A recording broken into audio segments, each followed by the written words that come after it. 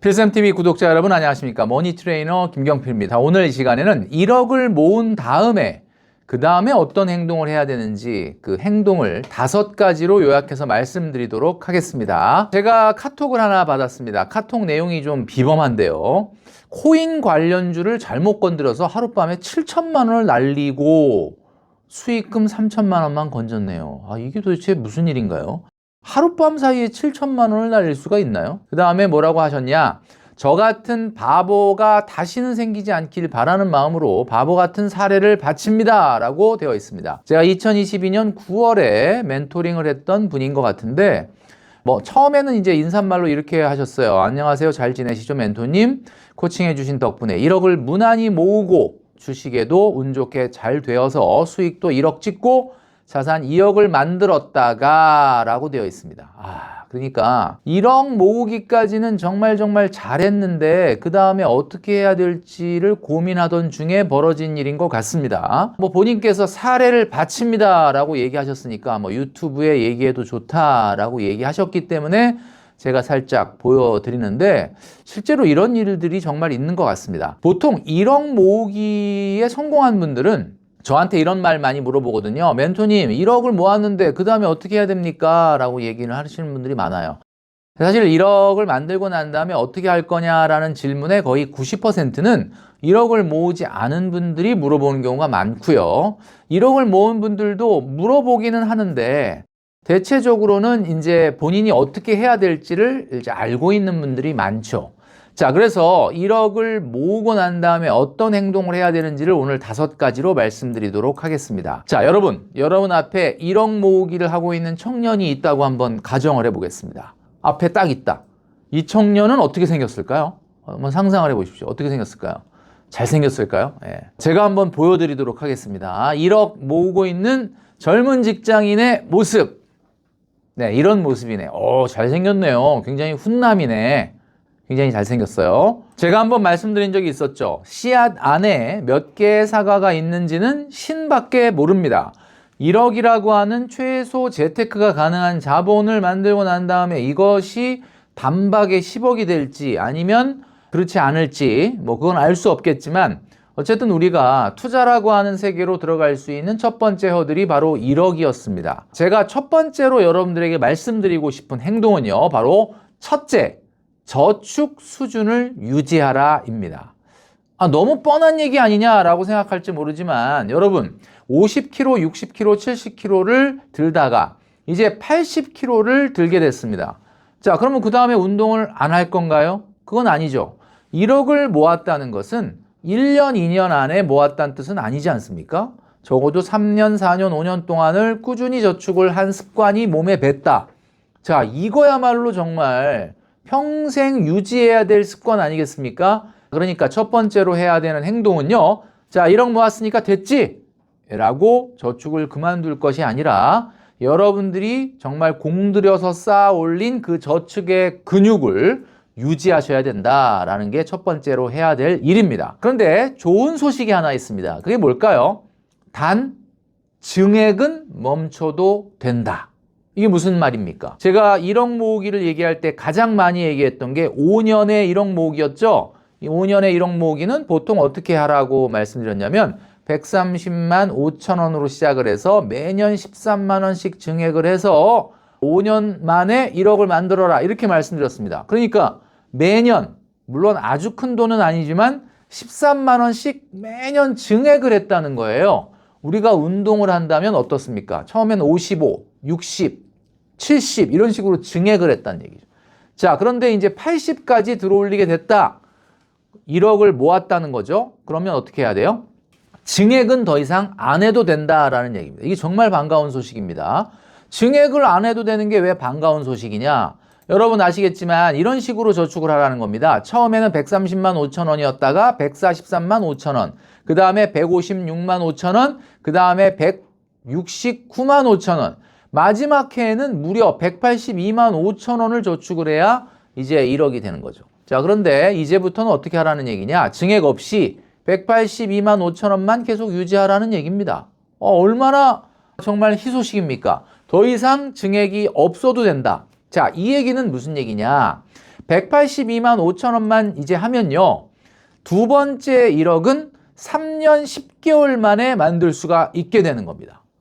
5년 만에 1억을 만들었었는데 이제 두 번째 1억, 그러니까 2억이 되는 거는 3년 10개월만 지나면 2억이 된다. 와, 이거 대단하지 않습니까?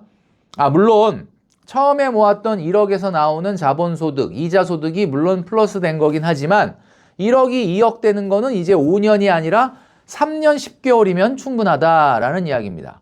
그리고 반가운 소식이 제가 좀 전에 말씀드렸잖아요. 증액 필요 없다. 이제 더 이상 저축을 안 늘려도 된다.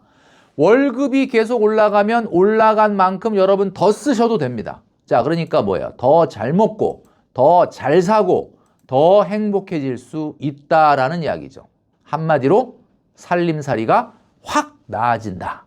굉장히 반가운 소식이 아닐 수 없죠. 이렇게 살림살이가 확 나아짐에도 불구하고 이제 매년 얼마가 쌓이느냐? 2,225만 원이 자동으로 쌓이게 된다라는 이야기입니다.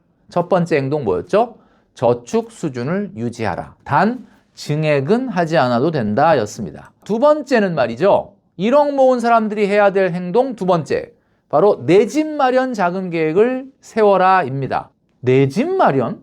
1억을 모았다고 내 집 마련을 얘기하기에는 좀 너무 좀 먼 일 아닌가요? 1억 갖고 집을 살 수도 없는 일인데. 자, 그럼에도 불구하고 필쌤이 얘기하는 것은 내 집 마련 자금 계획을 세우라는 얘기죠. 예를 들어서 전용 60제곱미터의 아파트에 5억 원 분양가에 당첨이 됐다라고 하면 우리가 한번 말씀드렸지만 계약금은 10% 아니면 20%, 5천에서 1억 원 정도는 계약금으로 납입을 해야 됩니다. 그렇지만 이걸로 내 집 마련 계획이 끝나는 게 아니라고 했죠. 중도금이 6번, 30개월에 걸쳐서 10%씩 납입을 해야 되고요. 그리고 잔금도 또 20%를 납입을 해야 되기 때문에 1억 가지고는 5억, 6억짜리의 아파트에 당첨됐다고 해서 내 거가 안 되던데 라고 말씀하실 수 있습니다. 물론 그렇죠. 자, 그러나 최근에는 중도금 대출이나 잔금 대출은 굉장히 규제가 풀리면서 확대됐습니다. 그래서 웬만한 아파트라고 한다면 분양가의 60% 이상 중도금 대출을 해주고요. 잔금 대출도 여러분이 만약에 생애 최초 주택을 구입한다면 70%, 80%까지 LTV가 적용이 됩니다. 자, 그러니까 여러분이 굳이 그 집에 30개월 후에 입주를 하지 않는다면 얼마든지 전세를 통해서 내 집 마련을, 전세 세입자가 낸 전세금을 가지고 등기를 칠 수 있다라고 말씀드릴 수 있습니다. 문제는 1억 가지고 당장 내 집 마련이 된다는 건 아닌데 1억이라고 하는 자본, 그러니까 최소한 내가 청약이 됐을 때 계약금을 밀어넣을 수 있을 정도의 계약금이 목돈이 마련이 됐다면 이제부터는 내가 자금 계획을 차근차근 세워서 언제부터 언제까지 어떻게 해서 내가 청약을 통해서 내 집 마련을 할 것인지를 계획할 수 있다라는 이야기입니다.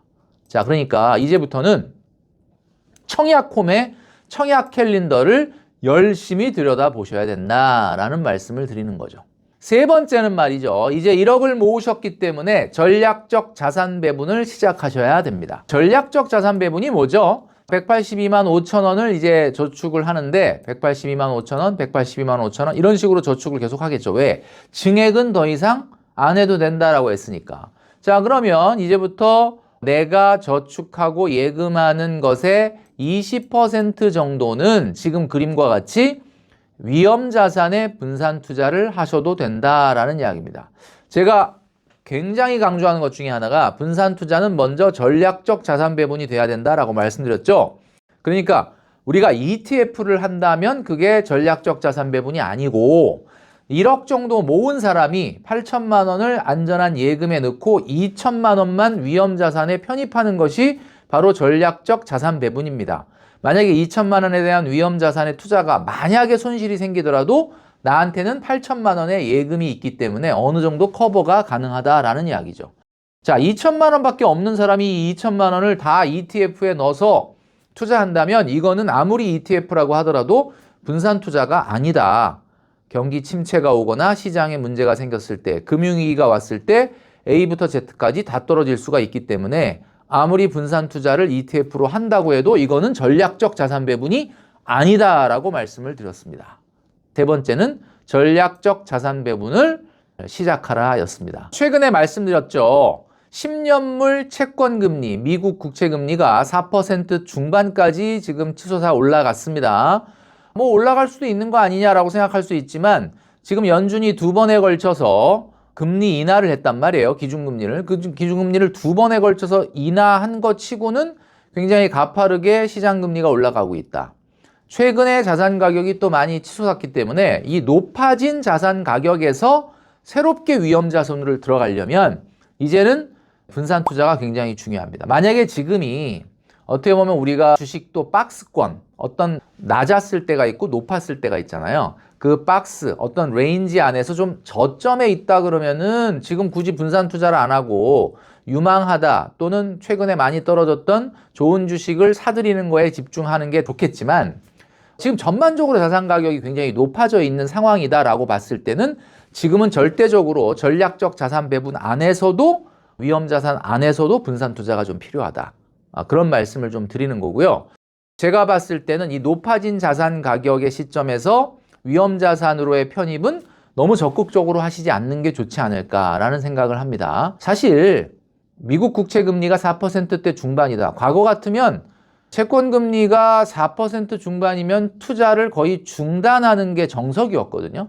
지금 시장 금리가 너무 높습니다. 그래서 언제 사실 무슨 일이 생길지 모르기 때문에 여러분들이 위험 자산에 분산 투자하더라도 조금 조심할 필요가 있겠다라는 말씀을 드립니다. 네 번째는 말이죠. 이제 1억을 모으셨다면 인생 재테크를 계획하라라고 말씀드리고 싶습니다.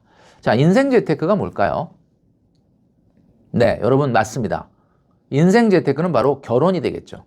1억 모으기 전에는 결혼이라는 거 아예 상상조차 못했는데 이제 1억을 모으고 나니까 어때요?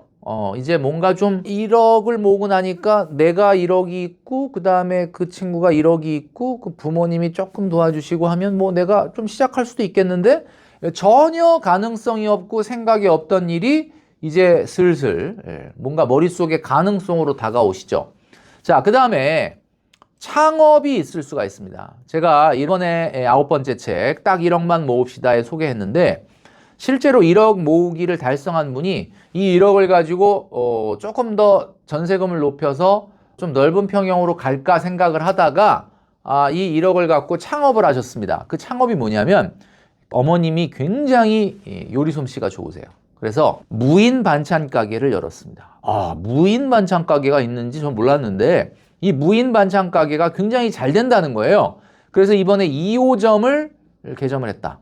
물론 본인이 한 달 벌어들이는 월급보다는 조금 작은 돈이지만 어쨌든 대단한 현금 흐름이 발생을 한다. 1억을 모으기 전에는 이런 생각을 못했다고 하더라고요. 그런데 1억을 모으고 나니까 이거 가지고 전세금을 올려줄 바에는 뭔가 새로운 현금 흐름을 만들자라는 창업을 생각하게 됐다라는 겁니다.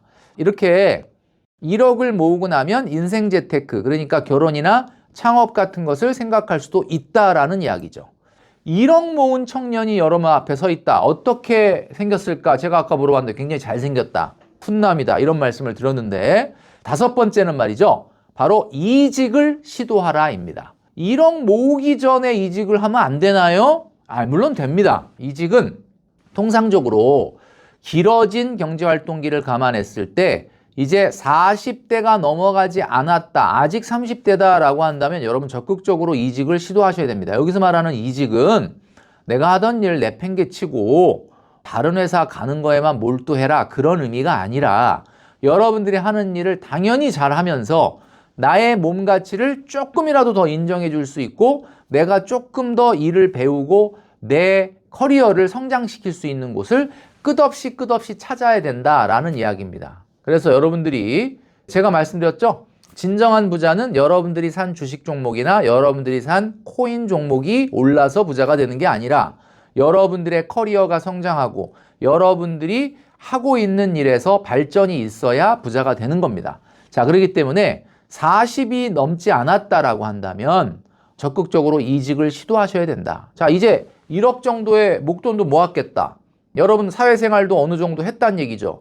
1억을 1, 2년 만에 모으진 않았을 거 아닙니까? 그렇다면 이제 직장 생활에 어느 정도 커리어도 쌓였고 돌아가는 것 대충 알고 여러분이 하고 있는 일이 꼭 전문적이거나 하는 일이 아니라고 하더라도 여러분의 몸값을 조금이라도 더 인정해 줄 수 있는 곳이 있다면 이직을 시도해야 된다라는 거죠. 제가 늘 말씀드리는 거지만 세계 5대 부자의 모습입니다. 베르나르 아르노 회장, 일론 머스크, 제프 베이조스, 그 다음 레리 앨리슨, 워렌 버핏. 이 5명의 공통점은 결국 뭐냐면 자기가 하는 일에서 성공을 이뤄낸 사람이다. 어떤 누구도 어떤 주식 종목을 사서 부자가 된 사람은 없습니다. 자, 그래서 여러분 1억이라고 하는 첫 번째 시드머니 만든 것을 너무너무 축하드립니다. 이 1억 만들게 하는 동안 여러분들이 마음속에 갖게 된 돈에 대한 태도, 기본적인 애티튜드를 유지하시면서 이 5가지 행동을 통해서 1억이 단박에 10억이 되는 기적을 만드시기 바랍니다. 1억이 뭐 당장 1, 2년 내에 10억이 되지는 않겠지만 1억이라고 하는 최소한의 시드머니를 가지고 굉장히 길지 않은 시간에 10억을 만든 사람들이 많거든요. 자, 그런 사람들은 다 누구나 1억을 만든 사람이 100% 10억이 단박에 되진 않지만 1억을 단박에 10억으로 만든 사람은 모두 1억부터 시작했다라는 점을 여러분들이 꼭 생각하시고요. 오늘 제가 말씀드렸던 이 5가지 행동을 꾸준히 실천하시는 여러분 되시기를 바라겠습니다.